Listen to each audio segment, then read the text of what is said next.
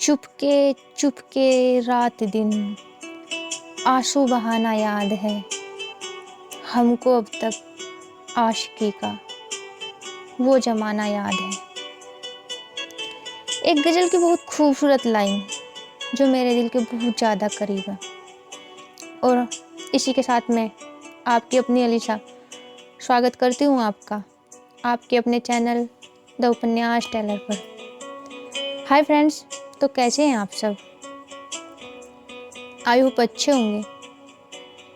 मैं भी अच्छी हूँ। आज थोड़ा सा आवाज़ भी ठीक है। आपने पिछली कहानी इश्क आसान कब है भाग 2 में अब तक सुना कि कैसे स्वप्निल अंशुल की यादों में अपनी ज़िंदगी को पूरी तरह से जीना भूल चुका था। अब उसी उठापटक को थोड़ा और आगे सुनते हैं कि आगे और क्या क्या हुआ और कैसे कैसे होना है और क्या क्या हो रहा है।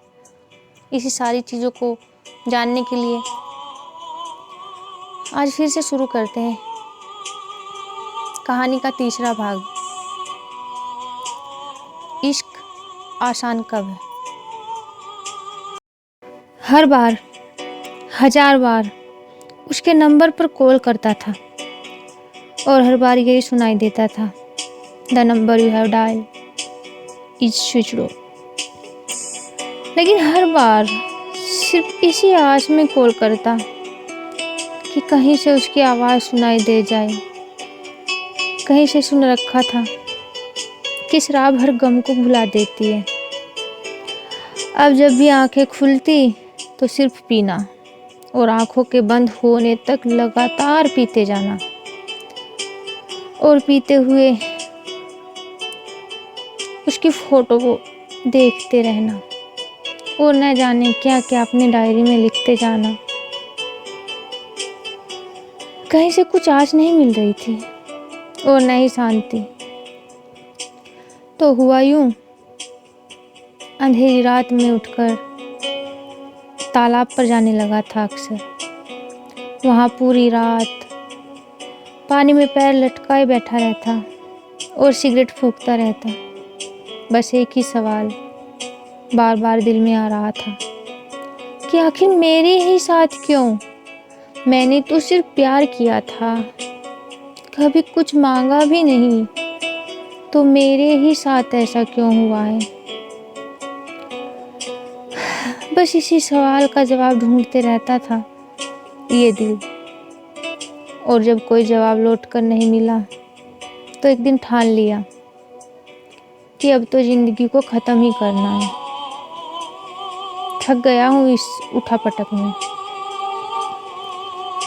पर इस जिंदगी को ख़त्म करना आसान होता है क्या? बहुत से लोगों का कर्ज होता है इसमें हम पर। और सबसे बड़ा, जिसके प्यार में आज पागलों वाली स्थिति थी मेरी, उससे ही वादा करके आया था जिंदगी को जीने का। पर ये जिद्दी दिल किसी की सुने तब ना। तो एक दिन ले आया नींद की गोलियां और शराब के साथ में 6-7 निगल लिया और सो गया आराम से इस शांति के साथ। अब तो उठना ही नहीं है बस। थक गया हूँ रोज जागना और उसकी यादों में तड़पना। अब मुझसे और नहीं होगा। बस बहुत हुआ ये दुख, अब झेल नहीं पा रहा। अब उठने का बिल्कुल भी दिल नहीं है। सोया तो इसी वादे के साथ था, पर क्या पता था सुबह दरवाजे पे आवाज़ होगी और नींद खुल जाएगी। खैर, कल सुबह 6 बजे दरवाज़ा पीटने की आवाज़ आ रही थी कि नींद टूट ही गई मेरी और बेमन से जबरदस्ती आंखें मलते हुए उठा और दरवाज़ा खोला तो आश्चर्य से आंखें फटने को हुई। 2 मिनट तक तो सिर्फ देखता ही रहा कि अचानक उसकी आवाज़ से नींद टूटी। अब हटो भी, कि यहीं दरवाजे पे खड़ा रखने का इरादा है? लगभग दहाड़ते हुए उसने कहा था। और मैं बिना कुछ बोले किनारे हट गया। अभी भी लग रहा था कि मैं सपने में हूँ। फिर आवाज आई, अब दरवाजा बंद भी करोगे या नहीं? हाँ हाँ। क्या हाल बना रखा है कमरे का, और ये देवदास क्यों बने हो तुम? कमरे का मुआवना करने के बाद मेरी तरफ एक तरेरी नजर डालते हुए वो बोल पड़ी थी, और मैं बस इतना ही बोल पाया था, वो मैं। और इतना कहने के बाद मैं बिल्कुल चुप हो गया और वो फिर से बोल पड़ी, इतनी सारी शराब की बोतलें, गंदे बर्तन, झाड़ू भी पता नहीं कब से लगाया नहीं है तुमने रूम में। इतनी ज्यादा खुशी मना रहे थे क्या मेरे जाने की? और मैं बस उसको चुपचाप खड़े देख रहा था। जब रहा नहीं गया तो पूछ बैठा, वो सब छोड़ो, बस ये बताओ यहाँ कैसे आ गई? तुम्हारी तो सगाई है ना अगले महीने? वो सब छोड़ो, पहले जाओ मेरे लिए इस बाहर से समोसा लेके आओ तुम। मुझे बहुत तेज भूख लगी है, और तब तक मैं इस तुम्हारे सड़ेले रूम का थोड़ा सा हुलिया सही कर लेती हूँ। इतना कहकर अपने दुपट्टे को कमर में खोसते हुए चल पड़ी थी वो झाड़ू उठाने, और मैं जस का तस खड़ा था वहीं पर। अचानक मुड़कर मुझे देखा तो फिर चिल्ला उठी थी, तुम गए नहीं अभी तक? मुझे बहुत तेज भूख लगी है। इस बार उसका चिल्लाना सुनकर मैंने जल्दी से अपनी स्लीपर पहनी और रूम का दरवाजा बंद कर बाहर निकल गया समोसे लेने। समोसे लेकर रूम तक आने में मुझे लगभग आधा घंटा लग गया था, और जब मैं रूम पर पहुंचा तो देखा रूम का तो पूरा रूप ही बदल गया है इस आधे घंटे में।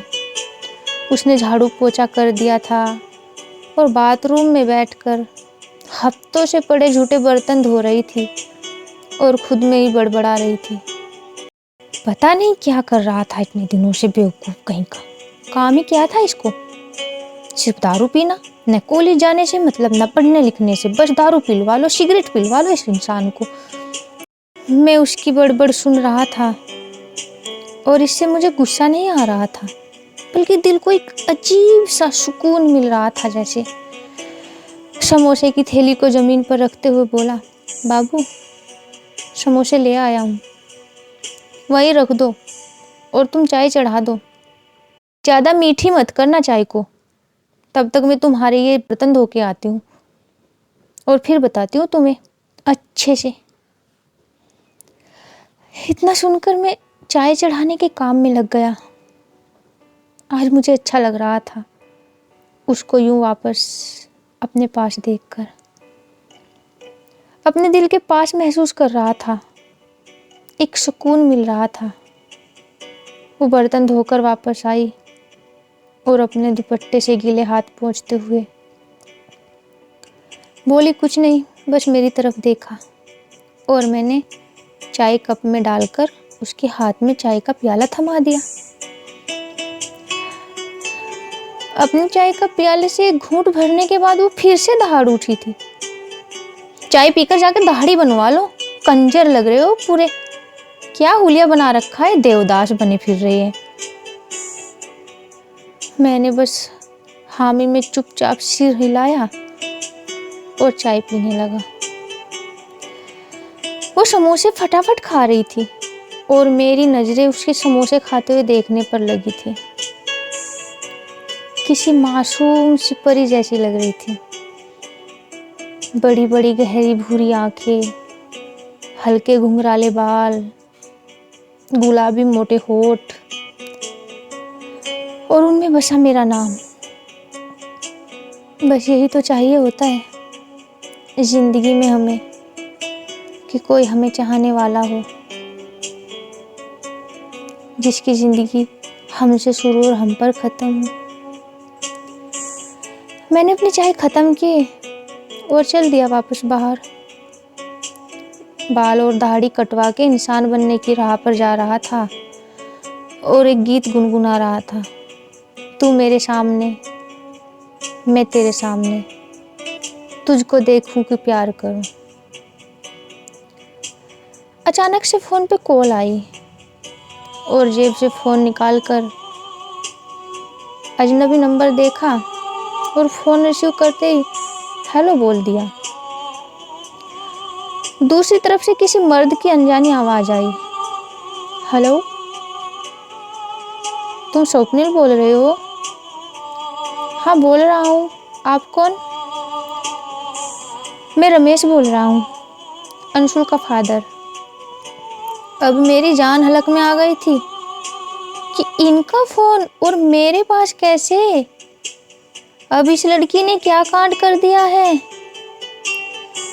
खैर, फिर भी हिम्मत बटोर के मैंने पूछा, हाँ जी बताइए। अंशुल की सगाई है बेटा अगले महीने, ये तो तुम्हें पता होगा। जी पता है, बताया था उसने, मैंने थोड़ा हल्के लहजे में जवाब दिया। लेकिन कल रात वो घर से भाग गई है और उसका फ़ोन बंद आ रहा है।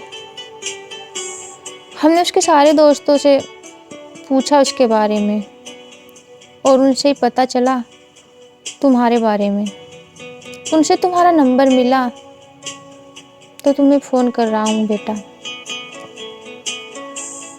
अंशुल तुम्हारे पास आई है क्या?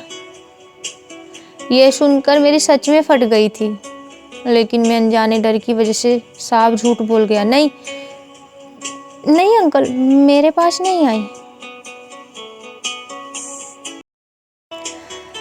तो दोस्तों, आज यहीं पर करते हैं कहानी का अंत। स्वप्निल ने अंशुल के पापा को झूठ तो बोल दिया था कि अंशुल उसके पास में नहीं आई है। क्या हुआ, क्या होने वाला है और क्या हो रहा है, एक मेजर सस्पेंस बन गया है ना कहानी में कि अंशुल तो वापस से स्वप्निल के पास आ गई है और स्वप्निल ने तो अंशुल के पापा को मना भी कर दिया है। अब आगे क्या होने वाला है, इन सारे सस्पेंस को धीरे धीरे रिवील करते हैं ना नेक्स्ट एपिसोड में। तब तक के लिए आप थोड़ा सा वेट कीजिएगा।